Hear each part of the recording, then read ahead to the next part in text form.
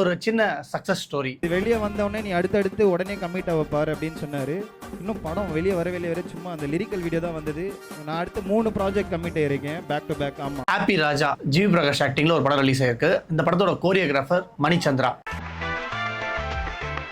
இந்த சாங் மணி தான் கோரியோ பண்ணாரு, செம்மையா பண்ணிருக்காரு. படத்துல பயங்கரமான கோரியோகிராஃபி இருக்கு, பயங்கரமா இது இருக்கு அது இருக்குன்னா நான் பேச வரல. எல்லாரும் மணிச்சந்திரா வந்து டான்ஸ் ப்ரோக்ராம்லயும் இல்ல சாண்டி கூட பெர்ஃபார்ம் பண்ணும்போதையும் அதுல இதுல ஏதாவது சேனல்ல பாத்துருக்கலாம். ஆனா நான் 2011ல என்னோட காலேஜ்ல ஸ்டேஜ்ல டான்ஸ் ஆடும்போது தான் ஃபர்ஸ்ட் டைம் பார்த்தேன். அப்போதுல இருந்து ஒரு 5 வருஷத்துக்கு எந்த காலேஜ்ல எந்த பெர்ஃபார்மன்ஸ் நடந்தாலுமே அங்க பிரைஸ் வாங்குற ஒரு ஆளா தான் மணிச்சந்திரா இருந்தா. அதுக்கப்புறம் சின்ன சின்ன டிவி ஷோஸ்ல ப்ரோக்ராம் பண்ணி வின் பண்றது அப்படியே கண்டினியூ பண்ணி இப்போ ஒரு படத்துக்கு கோரியோகிராஃபரே ஆயிருக்கா. அதனால என்ன அப்படின்னு உங்களுக்கு தோணலாம், நம்ம கூட இருந்து நம்ம பார்த்த ஒரு ஆள் சக்சஸ் ஆகும் போது என்னமோ தெரியாது நம்மளே சக்சஸ் ஆன மாதிரி ஒரு ஃபீல் இருக்கும். ஏன்னா நம்மளும் அதே வேலையை செஞ்சுட்டு இருக்கும் போது நம்ம கூட இருந்த ஒருத்தனால சக்சஸ் ஆக முடியுதுன்னா நம்மளும் என்னைக்காச்சும் ஒரு நாள் சக்சஸ் ஆகலாம் அப்படின்னு நமக்கு தோணும். இந்த வீடியோ பார்த்துட்டு எத்தனையோ பேர் ஏதோ ட்ரை பண்ணிட்டு இருக்கலாம், விட்டுறாதீங்க. கண்டிப்பா என்னைக்கு ஒரு நாள் நம்மளாலே சக்சஸ் ஆக முடியும்.